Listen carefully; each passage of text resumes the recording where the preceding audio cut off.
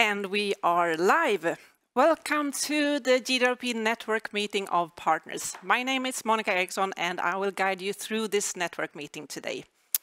It's great to see so many of you joining. We had actually 446 registrations last time we checked, so it's great to see this interest in this meeting.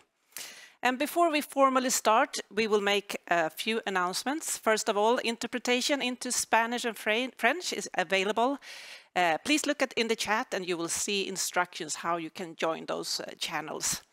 Second, Facebook Live. We are also broadcasting live on our Facebook page. So welcome to all the Facebook viewers as well.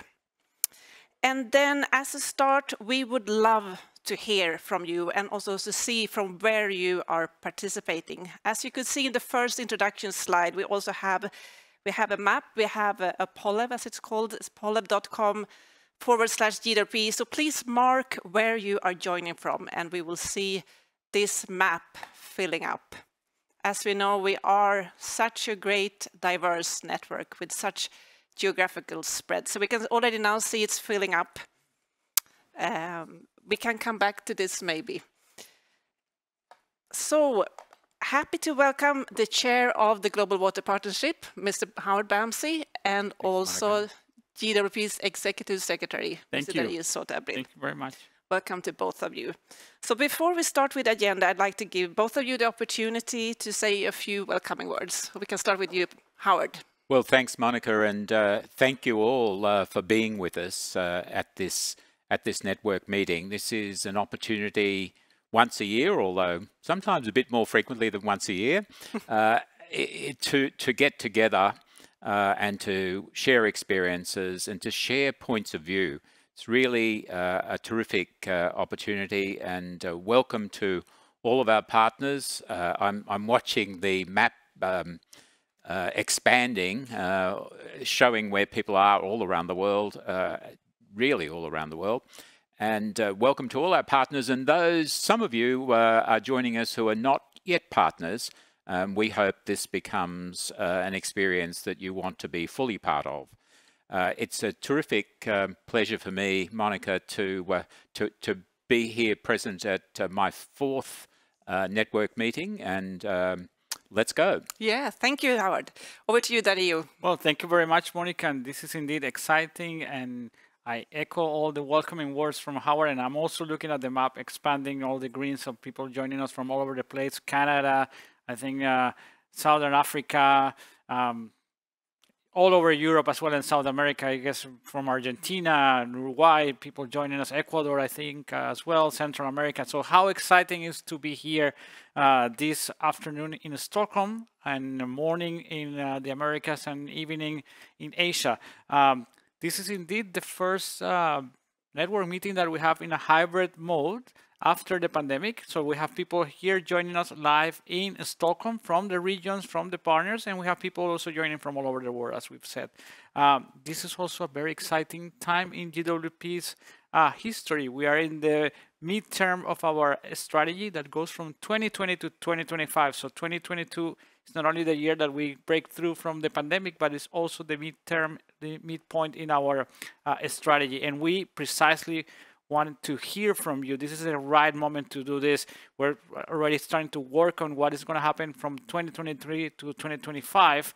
And this is the moment where we want to hear from partners. We want to hear from the network about how successful we have been, what things can we do differently, what new ideas can we introduce, and hence we'll see throughout this conversation that we have in the next 2 hours that we're going to ask a lot about innovation and how the role of partners is defined in terms of pushing the innovation to come through GWP, innovation in water, innovation in nature-based solutions, innovation in investment. So happy to be here. Super. Monica. Yeah, so that's the next transition, the theme of the network meeting.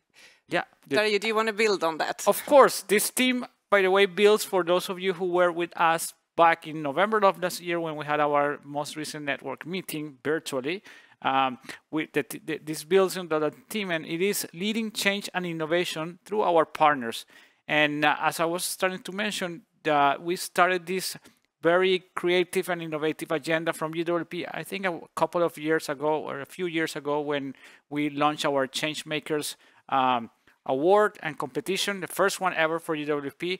And now we're scaling up a little bit a notch. I would say not a little bit, a big notch, where we are bringing 5-6 new topics that we want to dive deeper into in terms of innovation. We're talking about the innovation in data, innovation and investments, connecting the innovators with funding.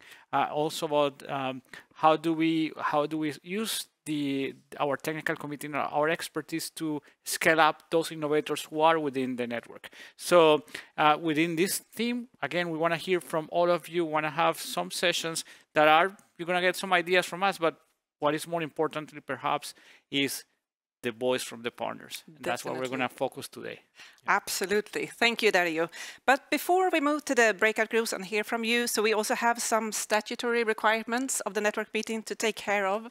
So I'll hand over to you, Howard.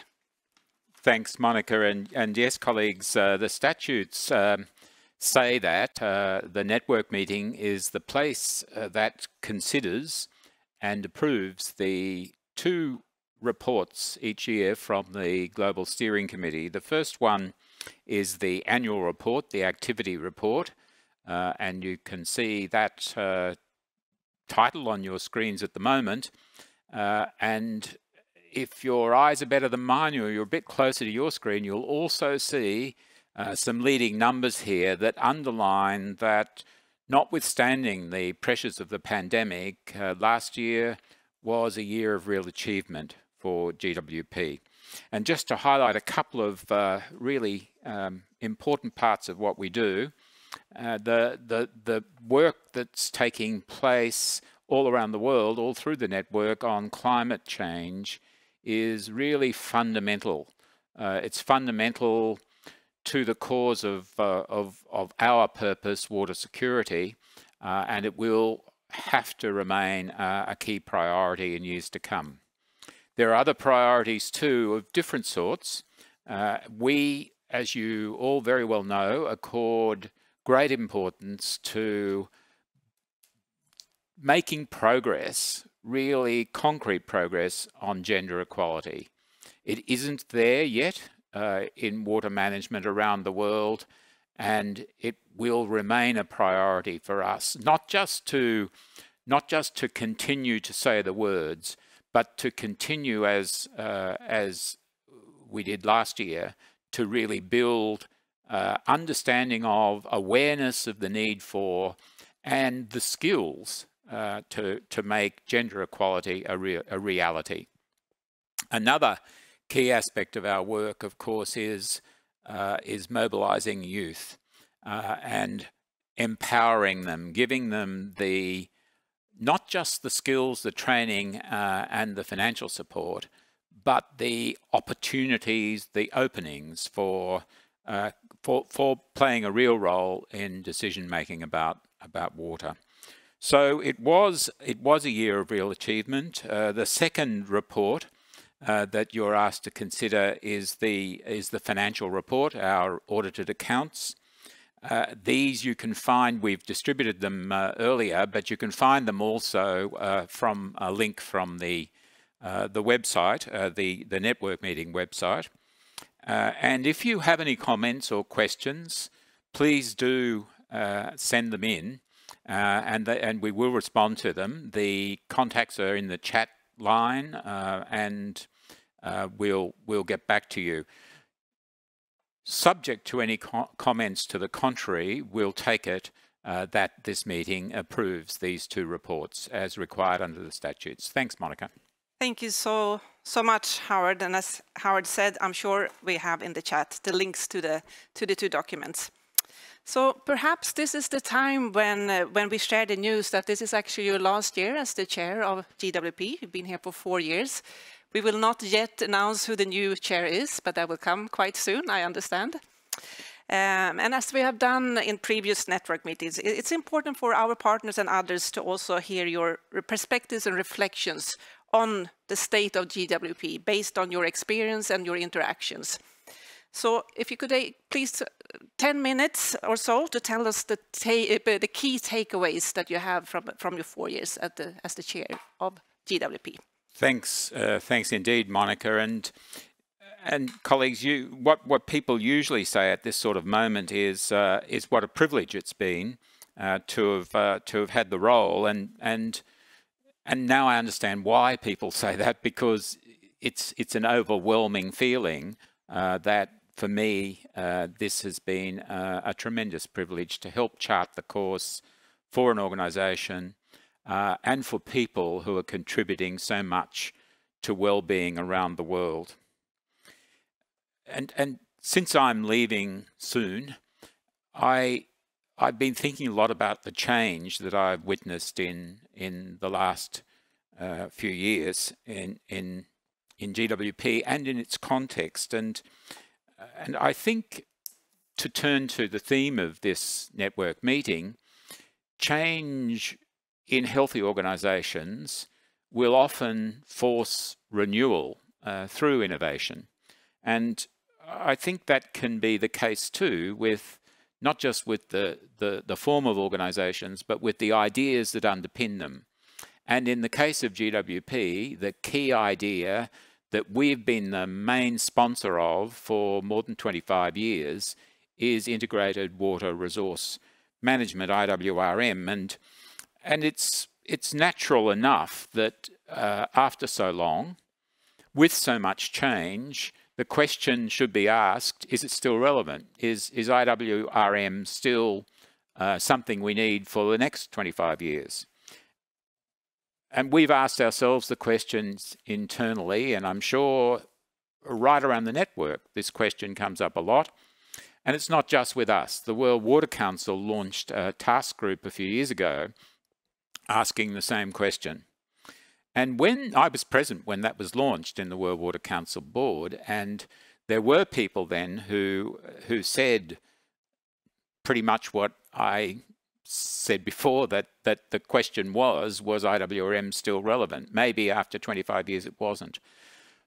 The conclusion of that task group for the World Water Council was that IWRM is still vital, still alive, it needs some renewal, but it still underpins very good water management. It's, in other words, the only way to go. And indeed, within our Global Steering Committee, we had a quite lengthy, extensive analytical discussion of this very question at our last meeting. And the conclusion there was the same, that IWRM now remains as vital as it was when it was first conceived. Its scope has changed because the nature of the challenges to water management that IWRM helps us deal with have changed. So we now see, for example, climate change much more vividly, with much more impact, with much more effect on how we manage water than we did 25 years ago. Also, the growth in the population of the world and the increasing urbanisation of that population has created new challenges for water management that IWRM has to deal with as well. But the conclusion in the steering committee was unequivocal, that we might think of new terms, we might think of new ways of interpreting this process, but it remains absolutely vital to improving water management in the future. We don't need to replace it. Now, I mentioned climate change. I mentioned it earlier as part of our annual report. It's brought very profound change to the world of water. The Intergovernmental Panel on Climate Change report concluded that climate change has changed everything about water: the rates of precipitation and evaporation, the geography of water availability, the timing of water availability, and these changes have only begun. However much and however quickly we reduce emissions, these changes will continue because of the greenhouse gases already in the atmosphere. And one of the results of this climate crisis has been that the bandwidth of policy developers around the world has been taken up with climate And that's the word that is on people's tongues. In governments, in private and philanthropic sources of funding and support, water has slipped down the agenda. The word is not used as frequently because climate has taken so much space. But we know in the water community, and many know in the climate community, how central water is to the climate change response globally. It is most of the adaptation agenda, and the evidence for that is look at any of the multilateral banks or funds climate change profiles or adaptation profiles and portfolios, and whatever the label might be, agriculture or human health, most of the work is on water. And the same is becoming more evident too, even on mitigation, particularly at the WASH end of water management. So there's a real need for the climate community to be taking the best informed decisions on water, because they are taking decisions on water. But we all know that the water community is not sufficiently influential in this process of decision making. And I've long believed, and those who've been on previous network meetings will have heard me say this before, that one of the reasons is there's no strong and coherent voice for water. Water organisations are highly fragmented, and too many of us focus on one small part of the water spectrum. And that creates a discordant noise in the climate community for those who are listening, because they don't really know what it all sums to be. So for me, a priority has been strengthening the voice of water within the climate community. As I said, that's where key water decisions are being made, and our community, which has so much expertise, is not really fully part of that decision making. And increasingly, that's where the resources are. That's where the resources for water management are. So it's obvious, I think, that fuller participation by the water community in decision making on water within climate activity would be in everybody's interests. And I'm pleased that GWPO, under Dario's leadership, has been taking concrete steps towards building that coherence and strength, working with IMI, working to build common action, and making clear to donors that we in GWP can be leaders in building coherence. Donors have told us that that suits them, because otherwise they have to make judgments about which part of the spectrum to provide support to. So I think we can achieve a number of results if we continue down this path of active collaboration.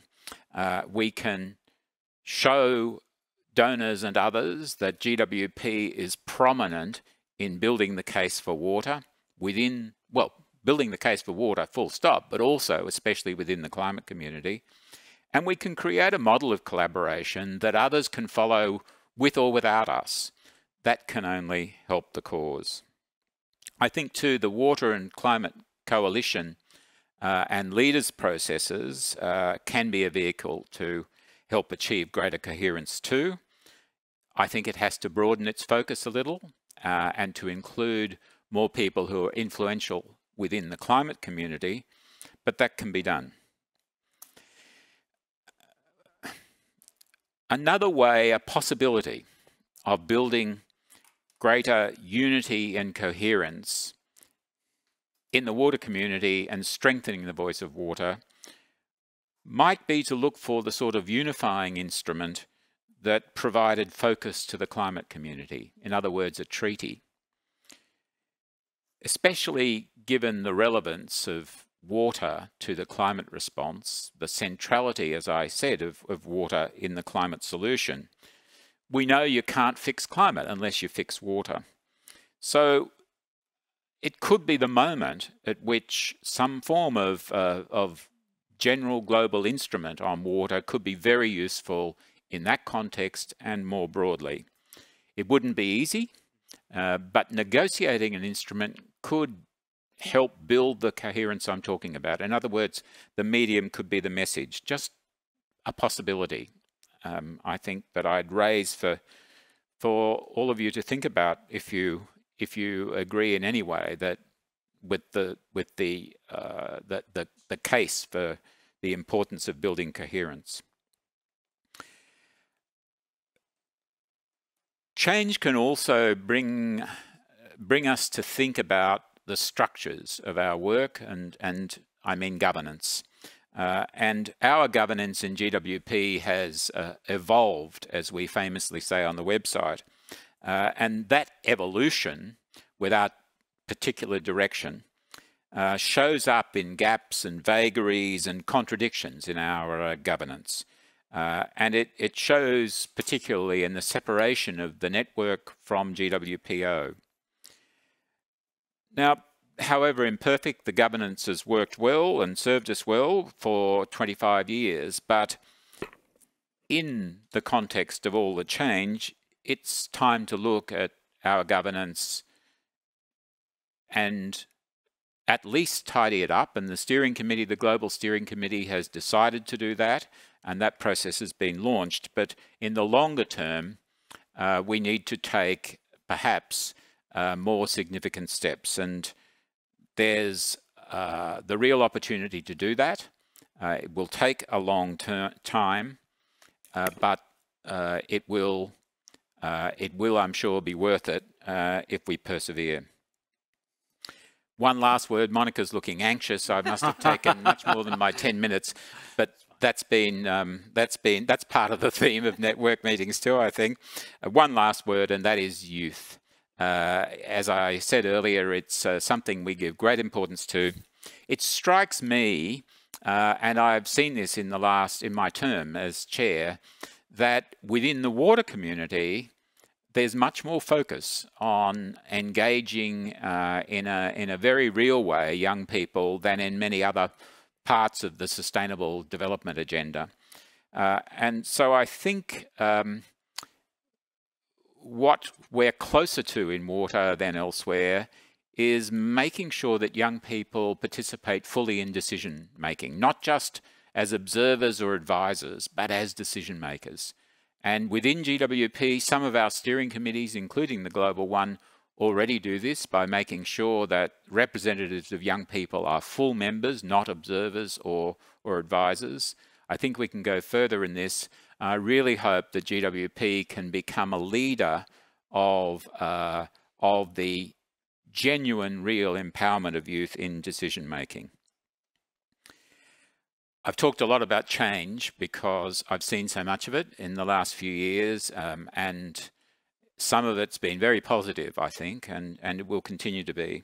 But one thing that won't change is the purpose of GWP, improving water management towards a more water secure world. And I leave knowing that task will continue to motivate and inspire everybody here at this network meeting and everybody who comes to GWP. I'm grateful I've had an opportunity to contribute to. Thanks, Monica, and apologies. No. Thank you so much, Howard, for your very inspiring words. I will now give Dario a chance to also thank Howard. Maybe you want to stay.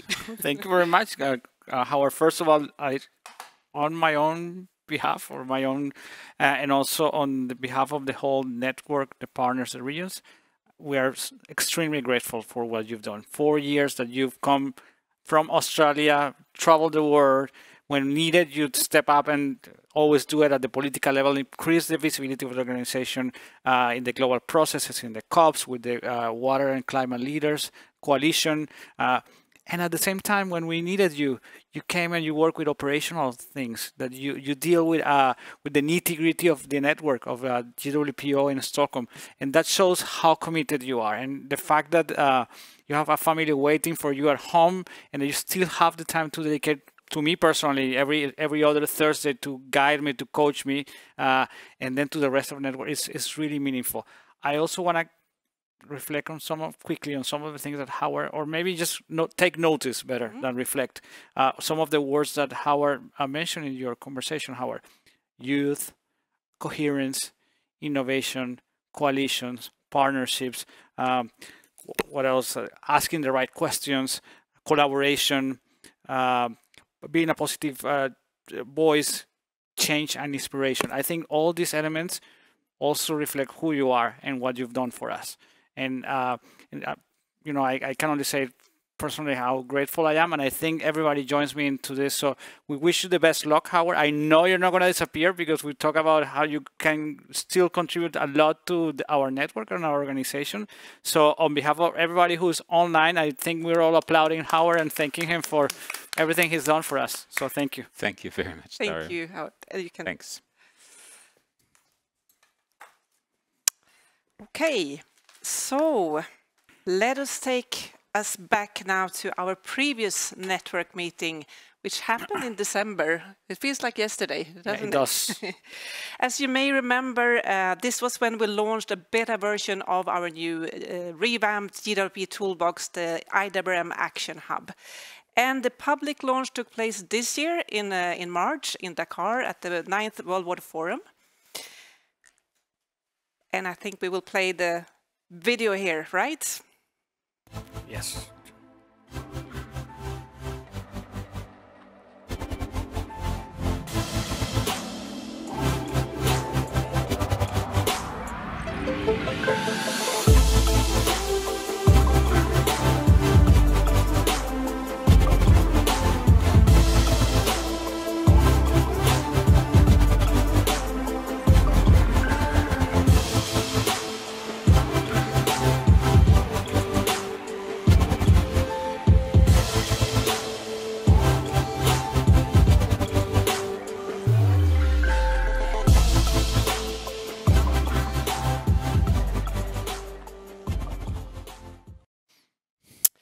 So linking to today's theme on innovation, so this is indeed an innovative platform, isn't it? With a strong community element.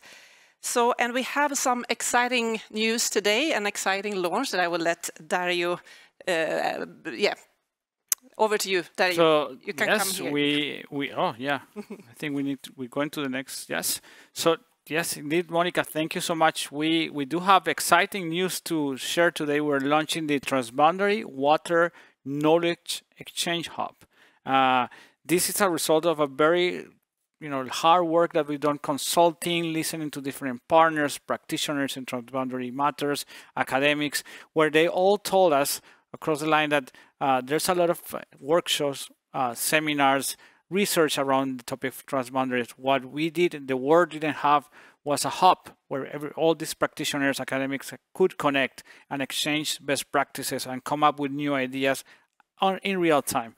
So as a result of those consultations and GWP being in tune with what the needs are in Transboundary, we're launching the Transboundary Water Knowledge Exchange Hub today, which is as part of our toolbox, the big effort of the toolbox that we launched last year. This is quite exciting in terms of the level of conversations we expect to have here. And we want to thank the partners that made this possible. This is not just about GWP. We had IGRAE, we have IHE, DFID, we have UN University, UNESCO, many other partners that made this possible. Finally, I want to invite on June 15, we're going to have the first meetup between all these practitioners and partners. We're going to talk about transboundary matters in this hub. So I want to invite each of you to get to know what the hub is doing, to connect with it, and also to visit our toolbox. So thank you, Monica, for this quite exciting news.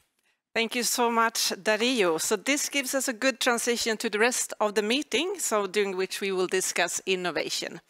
So Dario, if you can let us know about the GWP's innovation work and also the innovation group that I know that you've been working really hard. Yes, as I mentioned at the beginning, we have had a quite, I would say, intensive innovation agenda for the last few years. We started with the change makers, and now last year we launched the idea of having 6 groups, what we call internally the laser beams, which are talking or discussing different points of innovation where GWP can really break through and scale up and position the work of the partners themselves in terms of innovation. So we're talking about one, coaching future innovators in water. How do we do great for them? How do we bring these ideas forward?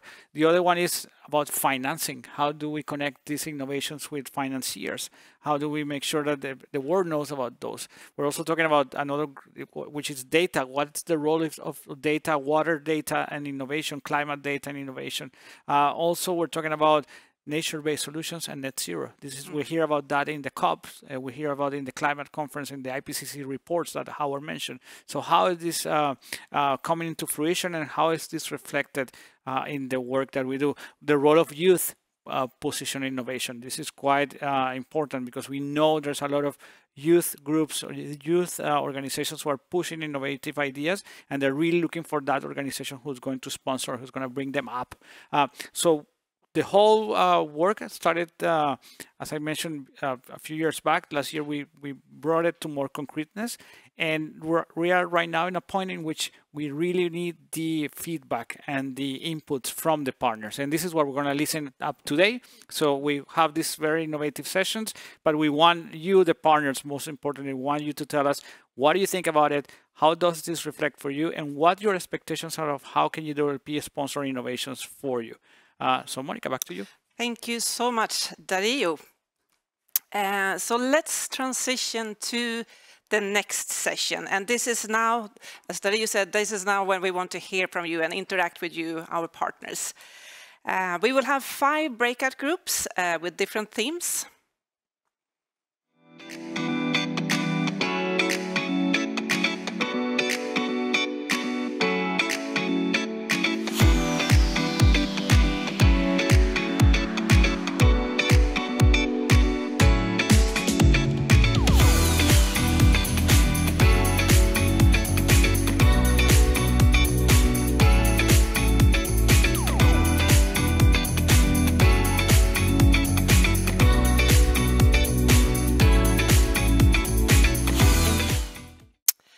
And we will now hear a pitch from each of the breakout groups, answering the question, why should you, the participant, the partners, join their breakout group? So let us see if we have our first pitcher in this meeting. So the first breakout group is on climate resilience through water. So Kedane from GWP Southern Africa, let's hear it from you. Thank you very much. Thank you, Monica, colleagues. Good afternoon. So the first breakout session, it's climate resilience through water. So in the breakout session, if you join us, you will learn in terms of how we can be innovative to increase funding for building climate resilience through water. What we will do is, if you join us, you will be able to hear what we are doing already now in terms of raising resources for building climate resilience, working with different partners, and also supporting countries in terms of, for example, like how do you raise a level of commitment for climate action at global, at national level? For example, how do you make sure the national development plans are integrating climate resilience? How do you make investments more climate resilient? And how do you demonstrate local adaptation actions that can build climate resilience at the community level? So we have a number of issues we are trying to promote and support partners and countries through mobilizing different resources. So come join us and you learn. We have 3 case studies, for example. One is how do we mobilize resources from the Green Climate Fund for readiness program. We will have a case study from Zambia, a national adaptation planning process. Another case study is how we work with different partners to mobilize resources to support countries to implement their national determined contributions, NDCs. So we have case studies from Southern Latin America, mainly Peru, Paraguay, and Ecuador. And then lastly, we have another case study, how do we access resources from the Adaptation Fund, working with the River Basin Organization, Volta Basin, and that would be present. And finally, how we can be innovative we have what you call it, a blended investment facility that we'll be sharing. So please do join us, and then you'll get more learning. Looking forward to see you in the breakout session. Thank you. Back to you, Monica. Yeah, thank you so much, Kedane. Who wouldn't like to join that? So let's go to our second breakout group, which is on mobilizing youth for water resources management. And I will call my dear colleague, Rihanna Gonzalez, our youth engagement specialist. So youth, are they important? Come on, Monica, of course we are. So as you've heard, both Howard and Dario spoke on how crucial youth are as partners towards a water secure world. And this session will highlight ongoing youth activities that will nurture and amplify the voice of youth, but also the action that young leaders are taking on the ground through innovative approaches. We will see projects from the Nexus on Climate through the Ton Future, Ton Climat in West Africa, as well as projects that focus on water policy and professional development in Central and Eastern Europe through their summer schools, and innovative financing mechanisms through youth-led projects through our Youth for Water and Climate platform that we have partnered with the International Secretariat for Water for this for some time. So please join us in our breakout room to hear more. Looking forward to it. Thank you so much, Rihanna. You convinced me, at least. So let's go to our next breakout group, which is on water solutions for the SDGs. And I welcome my colleague Sandra, who's from our SDG 6 program. Yeah, hi, Monica. And well, very important question that we want to discuss with you, because we can only manage what we can measure.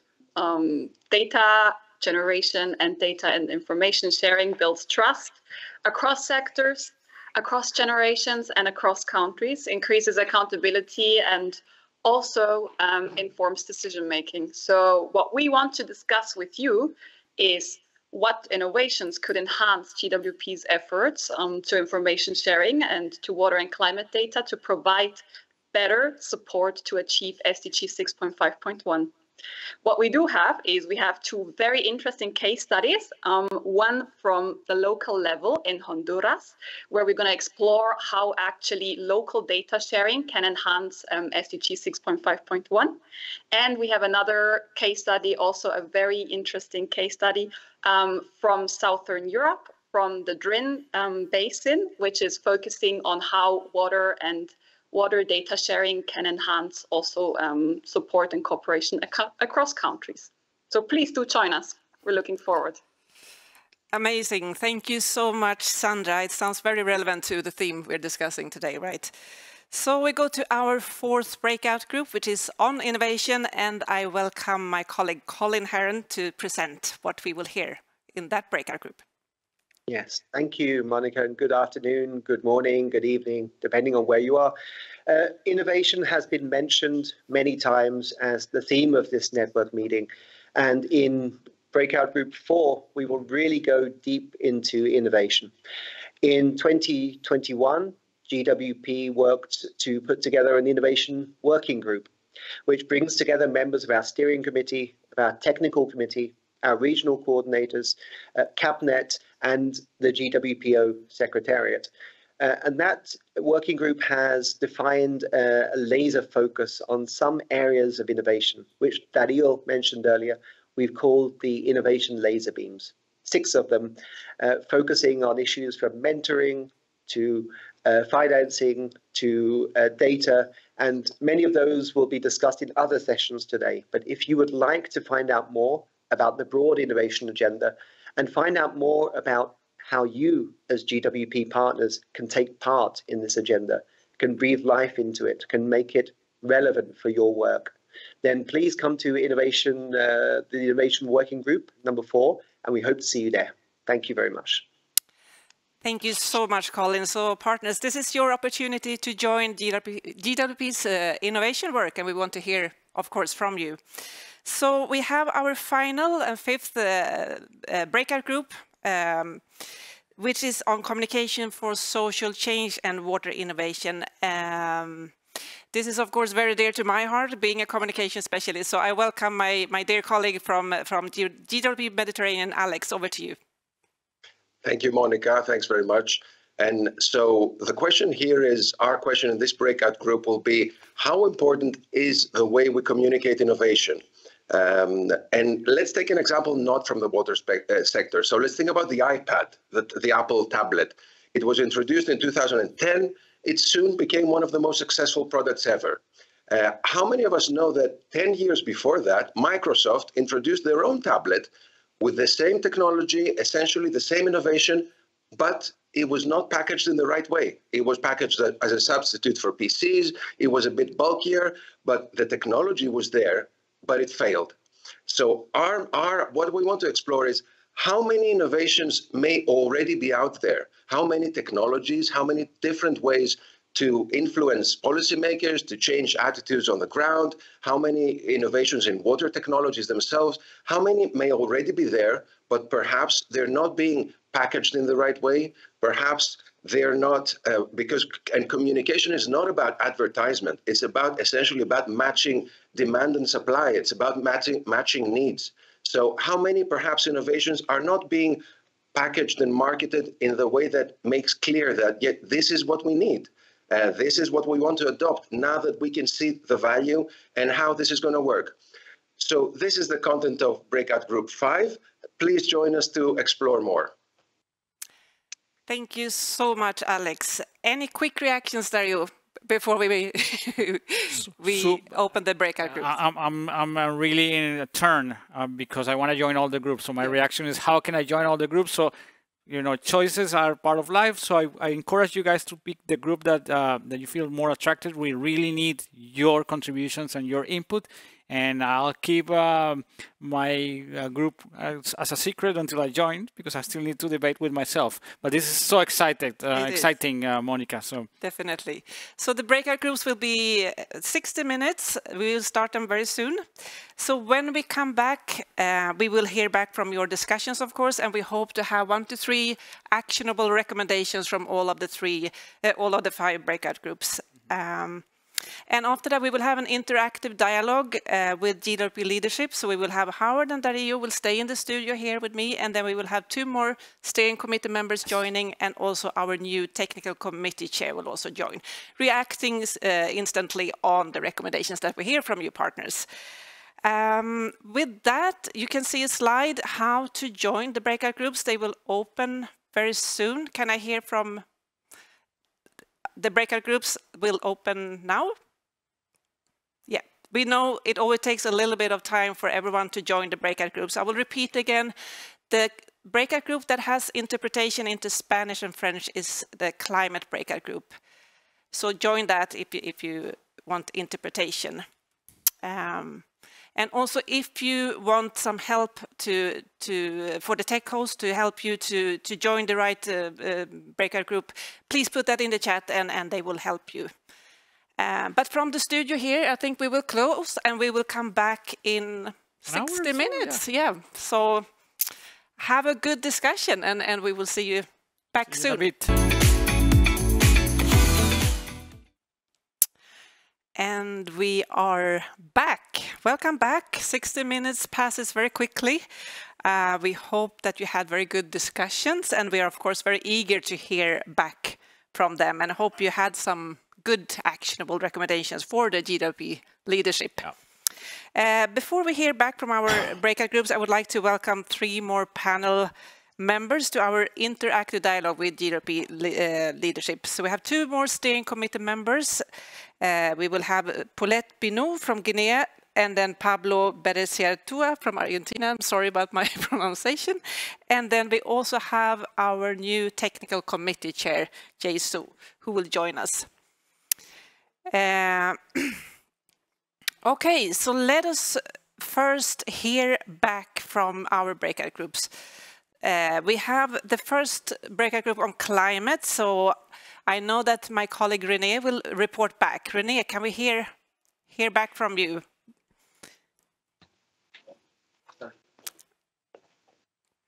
Maybe we don't have René just yet. Here he comes. Very good. Over to you, René. Can you hear me? Thank you very much, Monica. Yes, and thank you to everybody who joined the Climate Breakout group. It was a very interesting session a good discussion, fantastic presentation. So we started off with presentations and hearing back from our colleagues on the advancement on climate finance work that GWP is doing with the GCF readiness, with the NDC partnership and the constantly evolving NDC partnership with this new Partnership Action Fund, and from the work that is being done with the Adaptation Fund. Now, these are all existing climate finance options, but GWP is incrementally innovating to maintain, to stay relevant within this climate financiers landscape. We then also had a brief presentation on the Africa Investment Program Blended Finance Facility, which is an example of innovative finance to leverage private sector investments through public sector and donor financing. Following from this, we had a very good discussion with some discussions being asked about how some of this existing climate finance is being used and how to be innovative with the actual climate finance on the ground. There was a strong request made to be innovative and to be bottom-up in dealing with enhancing climate resilience.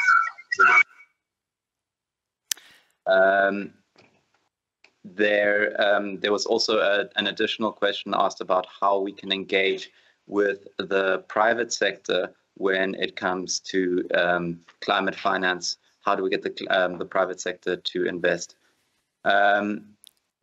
Then following on to the recommendations, we had some clear recommendations made with requests around direct interventions that can be applied, and we see this as enhancing the knowledge, or a recommendation for us to enhance the knowledge base on climate finance, climate resilience, and investments in water through our partners, but also through studies and through taking on, continue to take on these projects and continue to learn and incrementally innovate for them.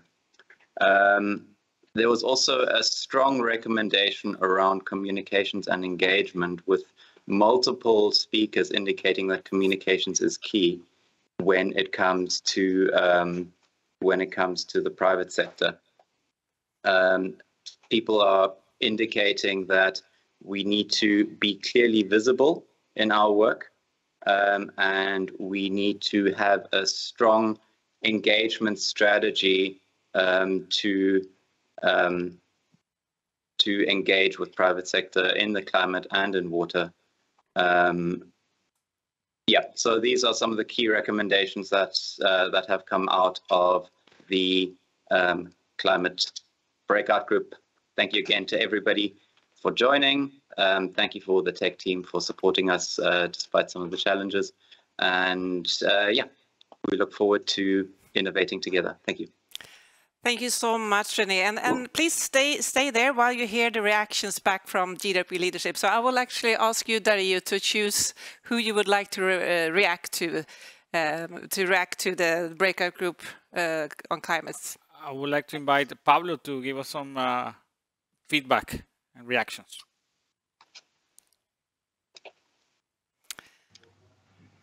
Are you hearing me? Yeah. Yes. Now we can hear you. Okay, great. Thank you. I think this is a key point. Climate change is really one of the main agendas, and it is now, I feel, and the group is also been suggesting moving into water. So the key point here is not how we can get water to become a central point and to attract resources. And what we have here from our breakup group is that there are plenty of opportunities. So my key point here is that yes, I believe that is a point. I think we need a critical mass from the water sector.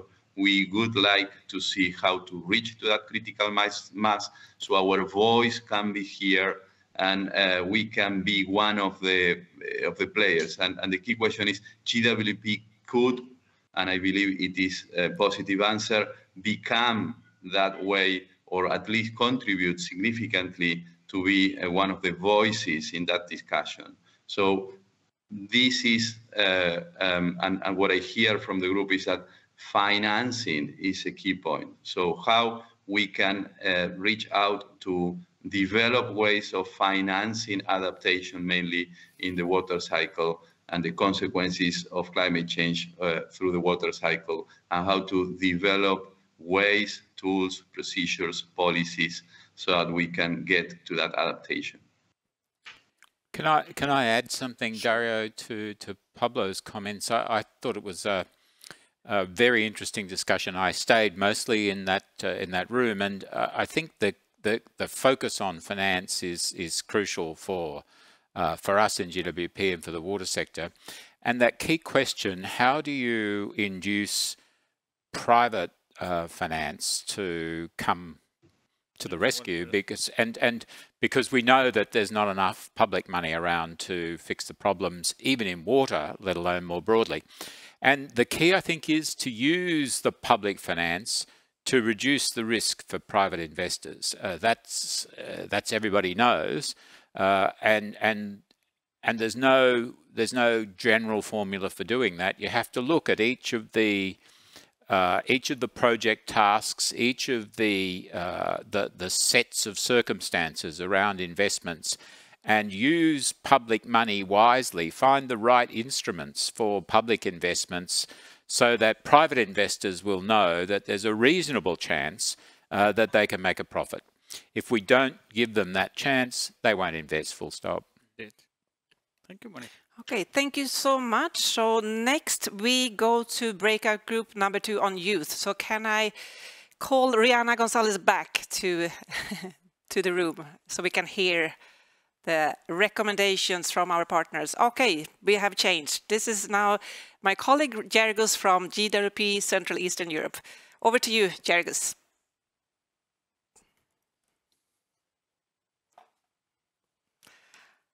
I think we have a problem with sound here.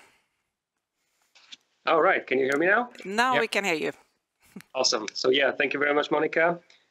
So without further ado, we were able to generate quite a number of key messages in the youth breakout.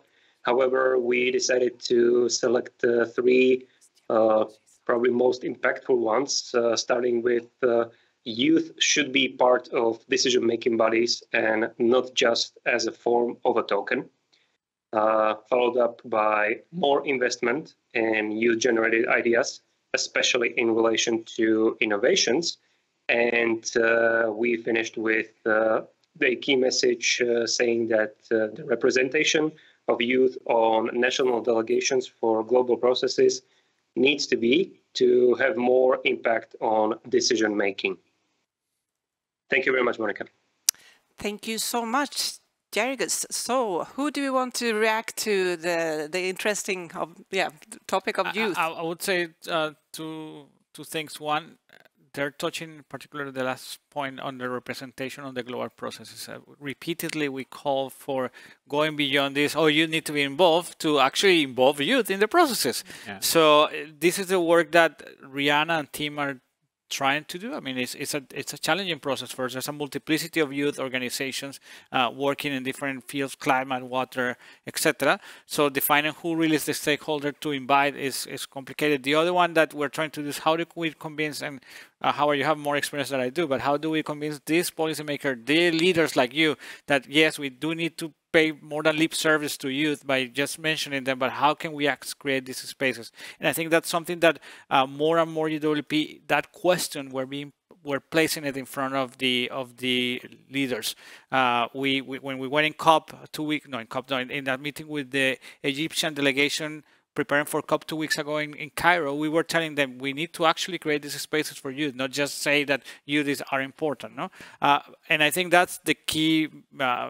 To me, the $1 million question. No, otherwise we're always have youth as beneficiaries, quote unquote, the destination, but not the actors who are really discussing this.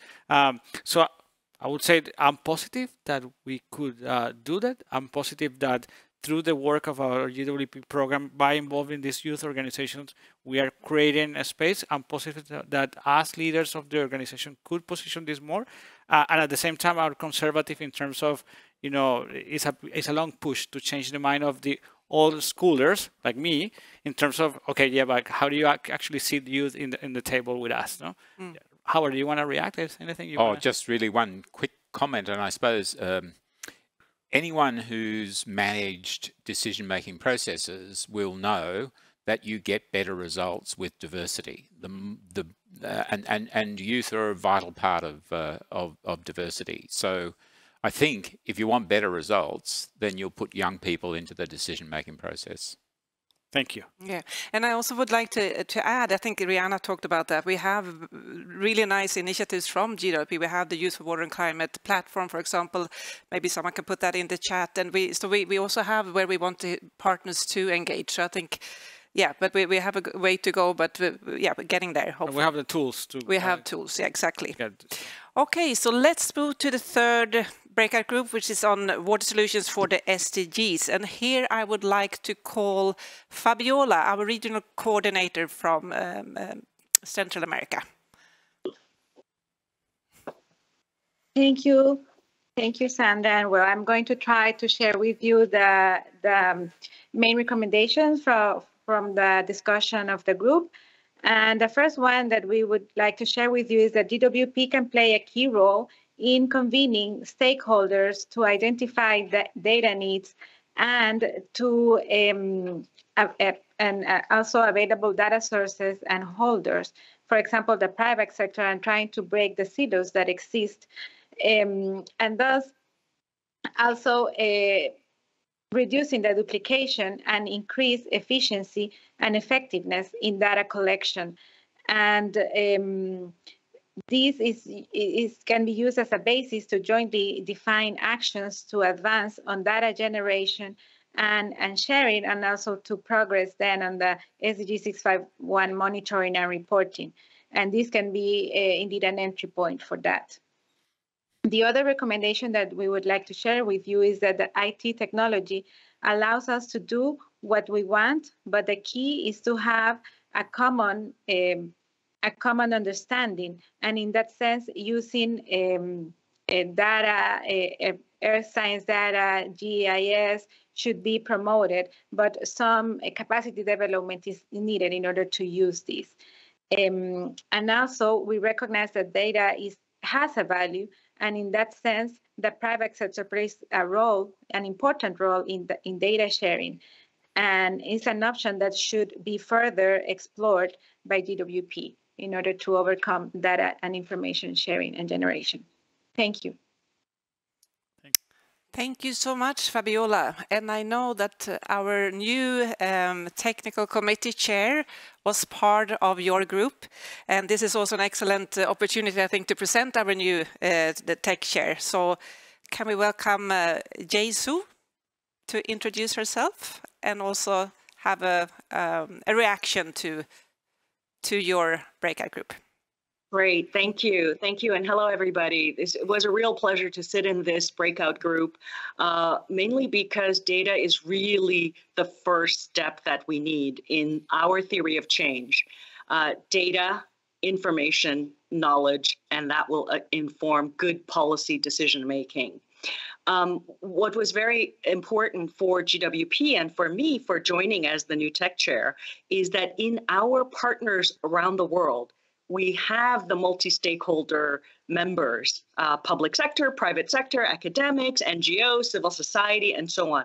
It is a perfect, rich, and diverse representation of exactly the kind of people that we need to have informed, good decision-making on water resources management. My takeaway from this session picks up on a theme that has been picked up in the other two breakout sessions as well, the role of the private sector. Private sector is somebody that recognizes that data has a real value. And we have to understand how this will create more innovation, as well as more competition on how to use data to inform decision-making. Thank you. Thank you, Jay. So, reactions from you guys. I would like to add, yes, I also noticed that the issue of private sector is coming in these three groups, and what maybe more a reflection of what we're doing right now. So we're engaging the private sector in three ways, and that's part of the strategy that we presented to the steering committee last year, and that keeps evolving. One is at the local level. We realize that many of the companies, that even at the global companies, large multinationals, they have interest at the local level. And those interests change, it could be the same company, but at the local level, different countries, they have different interests. So one of the ways that we're engaging them is allowing, or maybe the regions directly engaging, the country directly engaging companies. So we have one good example with a large beverage company, which is being our partner throughout the Mediterranean. So that's one example. And we're also trying to engage them as investors.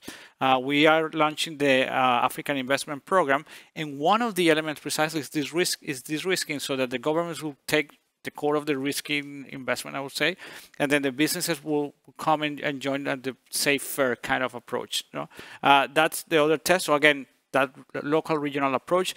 The other one is engaging the private sector as influencer and us influencing the private sector. How are we doing this? We do that in partnership with other organizations. So last week I was in a meeting of the Alliance for Water Stewardship. And something that came up in our most recent steering committee was, can we create standards or indicators for water for business? We are doing that in partnership with the Alliance for Water Stewardship. They're creating standards for large multinational companies where GWP, I'm personally being asked, okay, how can we set these standards? What is something that will be in conjunction with IWRM? That's something that companies will go. So that's when we have that. We have the CO Water mandate. We're also working with 2030 WRG from the World Bank in terms of influencing companies individually, but also as group, as conglomerates, in terms of adopting better water policies and acting more in WRM. The third one, which I think is the one that we're still developing and still, I would say, even struggling, and it will be interesting to hear from more, is how do we at the global level engage with global businesses? The multinational companies that are working with our regions, how do we engage them on a more global level? Elements that we discussed with some of them is, for example, having some kind of partnership when we're doing, if we do a Change Makers 2.0, that is a focus sponsoring innovations at the global level. The data program that also SDG initiative is launching, the WISE program, we're pitching this to different companies, and yet we're still waiting to see which one is the one that is going to really say, okay, I'm invested in this at the global level. So the two other levels, regional and influencing, we're doing well. This one is work in progress. So that's my reaction. But definitely the work of the private sector is important, and we cannot talk about integrated water resource management, which is bringing all the sectors together without putting the private sector on the table. Private sector is not short of money. That's something they have a lot of. They're just looking for, from their perspective, the wisest places to invest it and the greatest value in return. And Jay mentioned that that private companies see value in better data and more data, as we do. So that's a common interest. And one of the reasons they do is that it reduces their risk, yet again, because they know more about what's happening around them and what the effect of their operations is. They just that tells them more about it. But also, as the expansion of ESG requirements, reporting requirements continues all around the world, there's a greater need for private companies to be able to report on these issues. So I think that common interest is something we can foster. And I would add something else even, is that one of the key strengths that we saw, how I remember when we were talking about Jay, when we were having Jay as the chair of the tech, incoming chair, is the great connection experience that she has from the World Bank in terms of dealing with the private sector, creating solutions for the private sector, creating a public-private partnership. So we're also counting on, and Jay has been very humble. I'm not mentioning this, but I think we need to acknowledge that we are also thinking about Jay as a truly enabler of this kind of relationship with the private sector as we go forward. So it's a pleasure to have her in the panel as well. Exactly. I wanted to say a warm welcome to Jay again as our new technical committee chair, because I think this is the first time you meet our partners as well. So welcome. Okay, so let's move to the fourth breakout group, which was on innovation, the theme of today, I think, a recurring theme. So I will invite Colin back and hear what did you discuss and what are your recommendations for the GWP leadership. Thank you, Colin. Yes, thank you, Monica. We had a very interesting discussion with some technical glitches. So we had to innovate in our session on innovation, but we found a way of communicating. One of the first takeaways is that there's a lot going on already within the network. We're not starting from scratch on innovation. There are many great examples. We do have a track record on this. Compiling those innovations would be a very good starting point, and putting them somewhere on the innovation ladder, which is a scale that goes from, very initial ideas to something that's being implemented at significant scale.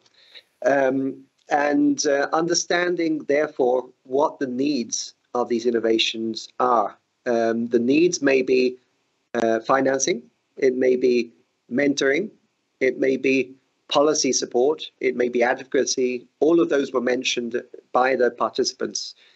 There are a host of areas that we could go into with innovation, and it's not an either or debate. There was examples mentioned around capacity development, process, communication, governance, technology. All of those are needed. All of those are areas for innovation in which GWP can play a role. Our role, we see it, is as a connector. We are not going to make a new smartphone. We're not going to make a new data logger, but we hope to work with the people that do that. We hope to bring together, in some ways, the supply and the demand for innovations, and be an innovation hub in some ways. And to do so, we need to increase our delivery capacity for innovation. And just finally, I wanted to mention, as a very good example of how we want to work on innovation, there were some participants who had a specific need which was presented to the group. That need was already partially met by exchanging within the participants in our breakout group. That need was just for contacts. And I think that's a perfect example of how we can work at GWP, bringing people together, increasing the network effects of our 3,000 partners, and making sure that our impact can be much more collectively than it would be individually. So those were our 3 takeaways. Thank you. Super. Thank you so much, Colin. And I see that, communication, exchanges and so on is always the key, or a lot of the time is the key. So Dario, is it time to invite Pablo back? I think it would be nice to hear both from Paulo, or from both Paulo and Jay again. Yeah. So we start with Pablo. Welcome back. Yeah, thank you so much. I was in this group. It was a great discussion. I'd like to stress on the idea of scaling up. So there are many, many positive things going on, and capacities in our network, and possibilities that we can reach out. A key point here is how to think on ways of increasing the scale, on managing the capacity of our identity, our network, to gather the resources and to scale up some of the more innovative possibilities all across the board. It is not only about products, it is also about capacity building. It may be also about really having an impact in policy designs. So we are not only focusing, and this was a part of the discussion, on products, we are focusing on impact.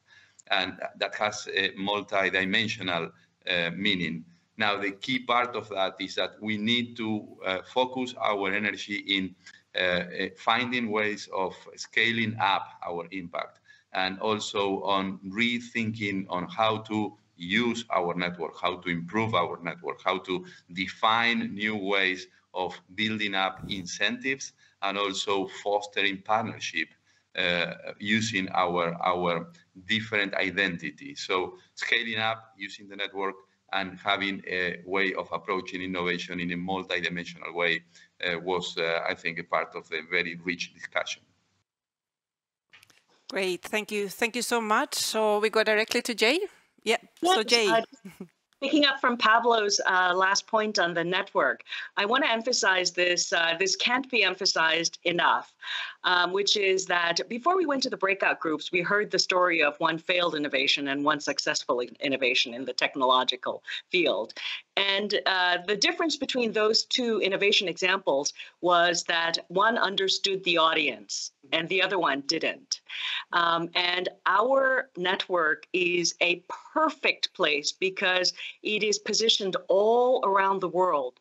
So our network members know what are the innovations that are needed and what is the demand that's out there.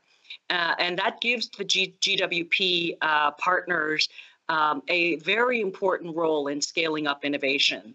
I didn't say this when I first joined this meeting, but in fact, when I was provided the invitation to join as tech chair of GWP, the reason that I joined was because of our 3,000 partners around the world.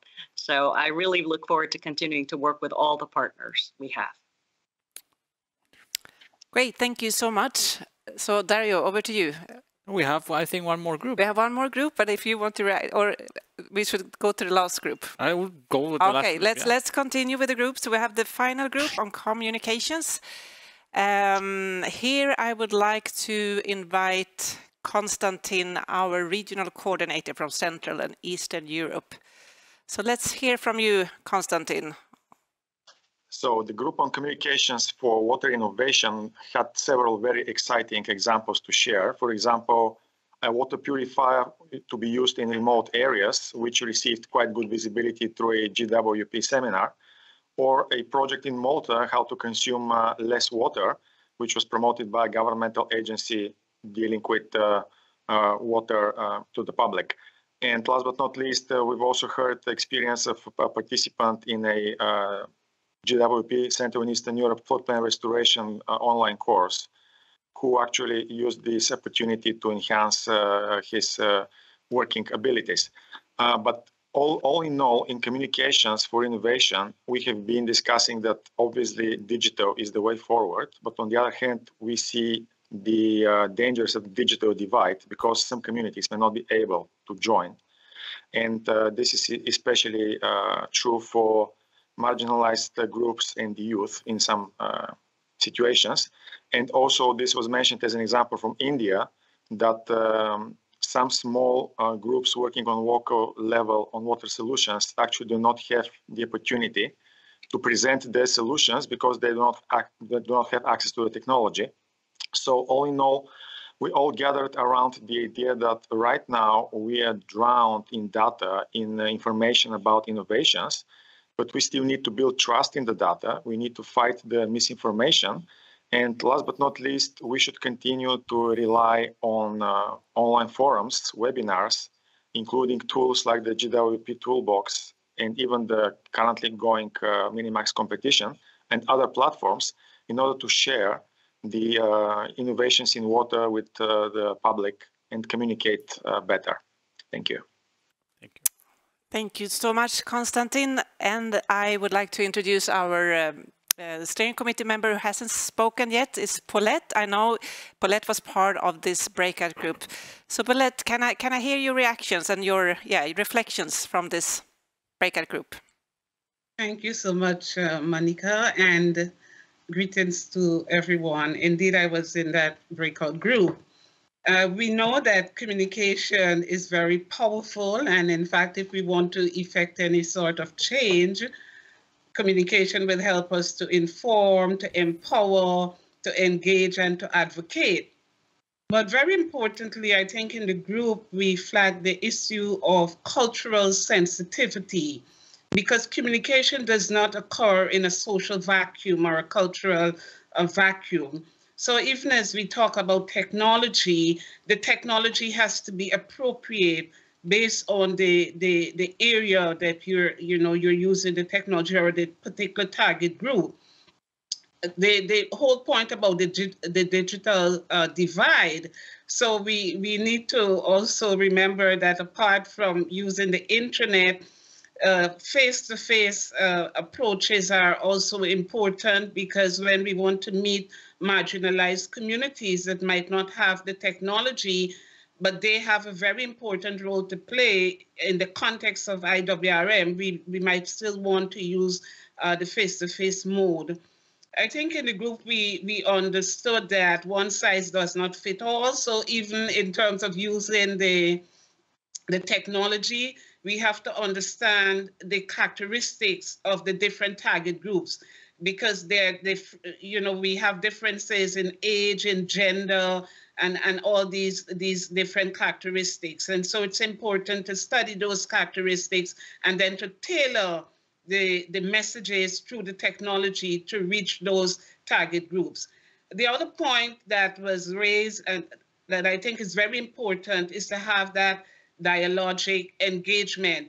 You know, sometimes when we want to communicate, it's a kind of top-down process. We inform, but we do not have that technology that will allow us to have feedback. I think in the context of GWP, we want to hear from the members what worked, what did not work, why, and that sort of thing, what can be replicated.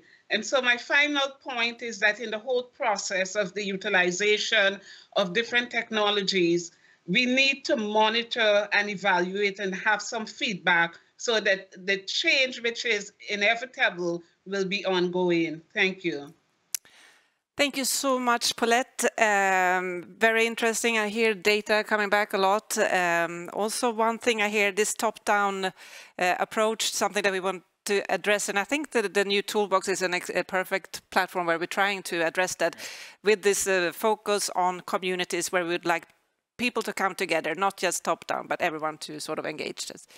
So, any more reactions on the last breakout group? I want to react a bit or comment a little bit on what I got from Paulette, sorry, in terms of the two-way communication. I think it's quite important that, as you were saying, this cannot be just top-down. We do really need the partners to first tell us how they perceive the interventions that we're making in terms of innovation and different new ideas. The other one is get them to bring those ideas forward. No, so that's one element that I think is important, and what we also have in adding that the local part of the conversation. And Paulette also touched on this. In many communities, they don't have access to communication, so the important role that the regional and country water partnerships play in terms of getting that, the final mile, getting our message to the final mile, collecting these experiences. Constantine mentioned 2 innovations. I wasn't aware of those, by the way, which I think would be interesting to put forward and say, these are some examples of what our partners are doing and some of the challenges they face coming forward with these innovations. I was mentioning this morning that the innovation that I know, for example, in Romania, this drone that they created locally, some youth that will clean the river by themselves.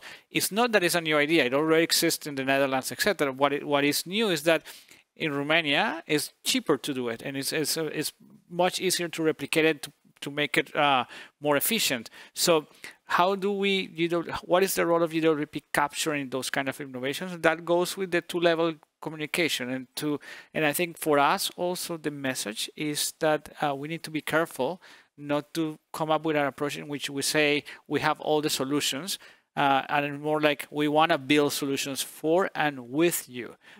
So that's one element. The other one I want to say is that we talk about a lot of the digital. I would say what other tools exist for us to communicate the message of GWP is innovating, join GWP, let us know what to do. We need to be creative about that. We don't have all the answers yet there. We're trying to improve our channels. We have the toolbox, we have the Facebook, the Twitter, all these platforms. But I think there's also something beyond platforms. There could be a way that we can communicate maybe less complicated way. We can also say, put all these innovations in the front, the ones that we're learning about, and show a different face of GWP. That will be my reaction to it. Great, thank you. Howard? I think we're very good in GWP at the sort of communication that we've been describing and talking about. Sometimes I wonder if we miss the top layer a little bit. And that is sort of ministers and heads of government. And yesterday in our regional days discussion, we had a little bit of a conversation about the importance of getting to heads of government, particularly. And one way we might be able to do that in the short term is by working with others who do focus at that level more than we do. And, you know, sanitation and Water for All is one example of an organisation that focuses at that level. So working with others, I think, can help us in this broader task of communicating at all levels and making sure that everybody hears our stories well told. Yeah, definitely. This targeted communication is key for sure. Okay, so actually, do we want to hear final words from our panel, or? I actually would like to ask our panel members, based on what we've heard from the different groups, where do you see, what do you see GWP doing more in the next few years to encourage this innovation, to improve communication, to reach out to more to the private sector, and maybe also ask them, what do you see GWP doing a little bit less of, you know, what changed, what shall we not prioritize so much, and what should we do more of? So those will be my two questions. Super. So who do we want to start with? Should we go back to Pablo? I will go Pablo first. Welcome back. Yeah, those are very key questions. Thank you, Dario. And I believe that we need, and I said it before, but the thing we need to do more, I think, is to reflect on how to use our network. So the key asset is our network. We are unique into that. And coming back to the final comment Howard made, I think it is very important, and I remember from very recently when I was in the cabinet of my country, that when you are in that position, you are very much open to listening to institutions and to leaders, but you are looking for very concrete things to do. So you need to make decisions. You need to move your agenda at your country level, and we need to work from GWP on what to concrete offer, what to offer in these discussions so that we can be relevant. So it is, I think, for me, a big challenge to prioritize, as you said before. Now, what about what we should not be doing? This is a task that is very difficult to do, because when you discuss in our network, there are very valuable things at all levels. So probably I would reshape that question in exactly not what we should not be doing, but at what level we need to work into levels. So we probably have to be able to define different levels so that different things could be done at different levels. And this is a matter of discussion. Super, thank you so much. So I invite Jay back for final comments. You know, it's tough to go after Pablo because he always says what I wanted to say, but 10 times better than the way I wanted to say it. But let me just put, I couldn't agree with Pablo more in terms of the need to focus. Throughout the GWP network, I believe there are thousands of flowers blooming. And what we want to do is we don't want them to all bloom at the same time. And so we want to prioritize which ones should bloom at what time in order to make sure that we maximize the impact of those flowers at that moment in the global landscape to support water security. And what should we do more of? I think a better and more engagement with the private sector. And like all partnership, what that means is that GWP has to understand better what do we have to offer the private sector. And the private sector should also think about what can they contribute to GWP. So, of course, it's very easy to have a partnership, but the more clearly we are able to define what each of our value added in that partnership, the stronger the partnership will be. Super, thank you so much. So I invite Paulette back for her final remarks. Thank you. I think that, as would have been said before, GWP is doing a great job in terms of the communication. So what I would say is that we should build on our technology to ensure that we have that feedback process. So we have more of our members from around the world giving feedback on what worked, what did not work, and to share some very good experiences within the socio-cultural and political context that can be replicated across the world.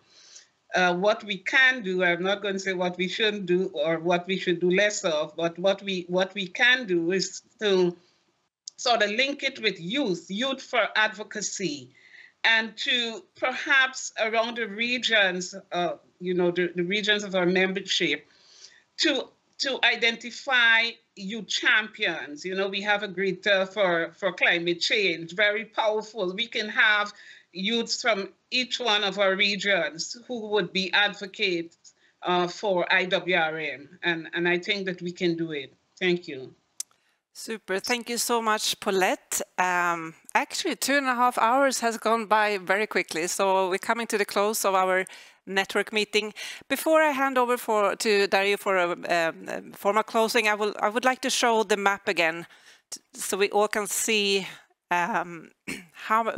what a diverse network we have, how many people are joining from so many different places. So this is very impressive. So thank you from my side to all of you who joined. It's been a pleasure to be the moderator, and with that I hand over to Dario to close. I think my final reflection is precisely on the diversity of the network, and if you see we're everywhere in the world, and the task that we have in GWP, the big commitment is, of course, engage more the private sector, but I would say engage our partners more. I mean, the reason for being of GWP among some is the partners. And I think that for what we're hearing in these conversations, we can definitely do more in terms of listening, connecting, communicating both ways, sponsoring these innovations that are coming forward, connected with financiers. So this is what probably could be a good pathway or a good way to think for the next 3 years. How can we do more and what can we do more together with our partners, our famous 3,000 partners that we have? So again, it's very exciting to see how many of them are and from the different regions. And I think that should be the guiding light for us. How do we connect that level with the top leaders, the top politicians, the top policymakers? Because that's the expectation, that we bring both worlds together. Great, thank you so much. Yes, you partners make the network, right? That's what it is. So we will actually close here from the studio. I know that we are also in a Zoom call, so our tech host will then let we all wave to each other, and we will hear some music from Caribbean, I think. But we say goodbye here from the studio. So thank you so much again.